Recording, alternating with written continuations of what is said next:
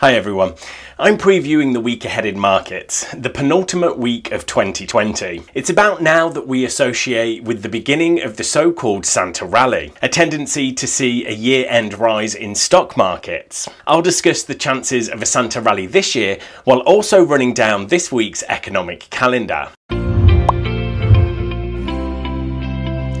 GKFX Prime presents the week ahead. But before we get into markets, I thought I'd start by debunking a classic myth that gets told every year. You may have heard that Coca-Cola designed the modern Santa Claus as part of an advertising campaign in the 1930s. Coca-Cola did start using Santa in advertising in 1933, but Santa was almost always depicted in red from the early 19th century. And most of his classic characteristics were created by cartoonist Thomas Nast in the 1870s.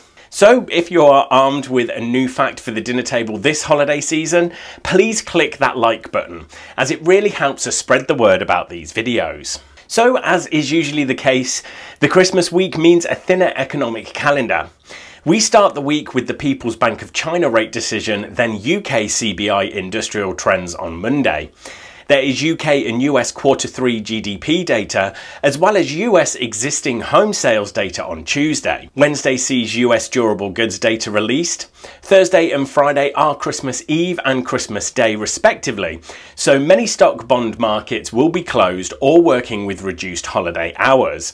But Japanese retail sales data is squeezed in between. Firstly, let's define the Santa rally. The idea was first put forward by Yale Hirsch in the 1973 Stock Traders Almanac. Hirsch said that the stock market tended to rise in the last 5 days of the year and the first 2 days of the new year. So that would be this Thursday through to Tuesday, January 5th. The definition is a bit broader these days, just a tendency for stocks to rise in December and especially in the last 2 weeks. Here you can see in this chart that in the years 2008 through to 2018, the S&P 500 gained in the period Hirsch specified for 9 out of 11 years. We don't know why it happens, but it's likely due to investors shuffling around their portfolios at the end of the year. So, will it happen this year?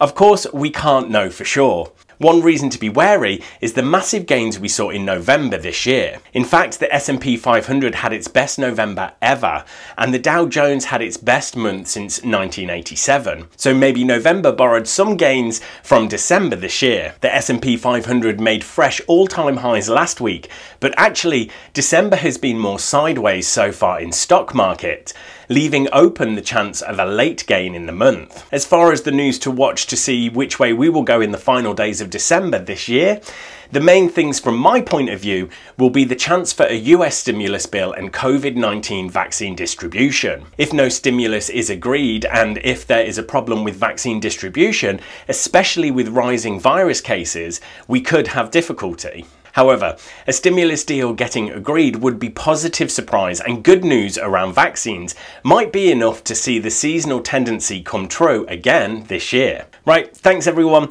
good luck trading this week and make sure to subscribe to our channel so you don't miss the next video.